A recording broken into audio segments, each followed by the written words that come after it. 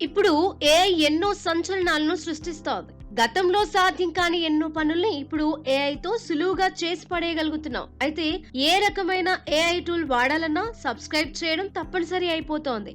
ఇప్పుడు generative AI tools వేలల్లో ఉన్నాయి.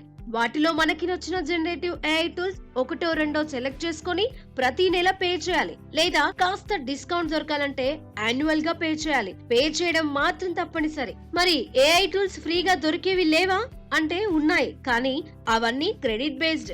కొన్ని ఫ్రీ క్రెడిట్స్ తో లిమిటెడ్ గా వాడుకోవాలి.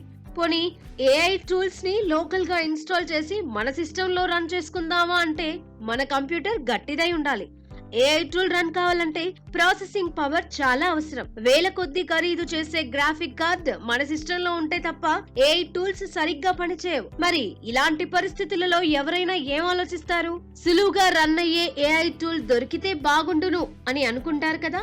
అంతేకాదు, ఆ ఏఐ టూల్ అతి తక్కువ ఖర్చుకే దొరకాలని కోరుకుంటారు కదా. ప్రతి నెల డబ్బులు కట్టడం కాకుండా ఒకేసారి పే చేస్తే లైఫ్ టైం వాడుకునే టూల్ ఉంటే కొంటారు కదా.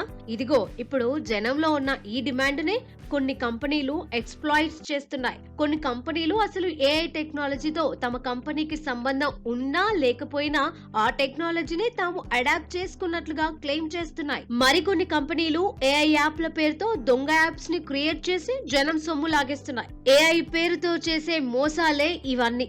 అసలు ఇప్పటికే జనరేటివ్ ఏఐ వల్ల అనేక రకాల కొత్త మోసాలు మొదలయ్యాయి. ఫలానా వ్యక్తి రాసినట్టు నమ్మకం కలిగించే విధంగా అతని స్టైల్లోనే దొంగ రాతలను సృష్టించడం ఇప్పుడు ఏఐ వల్ల సాధ్యమవుతోంది. ఏఐ ఆడియో మోడల్స్ ను ఉపయోగించి ఒక వ్యక్తి మాట్లాడాడని, మాటల్ని కూడా అతను మాట్లాడినట్టుగానే దొంగ ఆడియోలను తయారు చేస్తున్న వాళ్ళు ఉన్నారు. అలాగే ఏఐ ఇమేజ్ టూల్స్ ఆధారంగా కొందరు ఫేక్ ఇమేజెస్, అశ్లీలమైన ఇమేజెస్ ను క్రియేట్ చేస్తున్నారు. నకిలీ వీడియోలు కూడా మొదలయ్యాయి.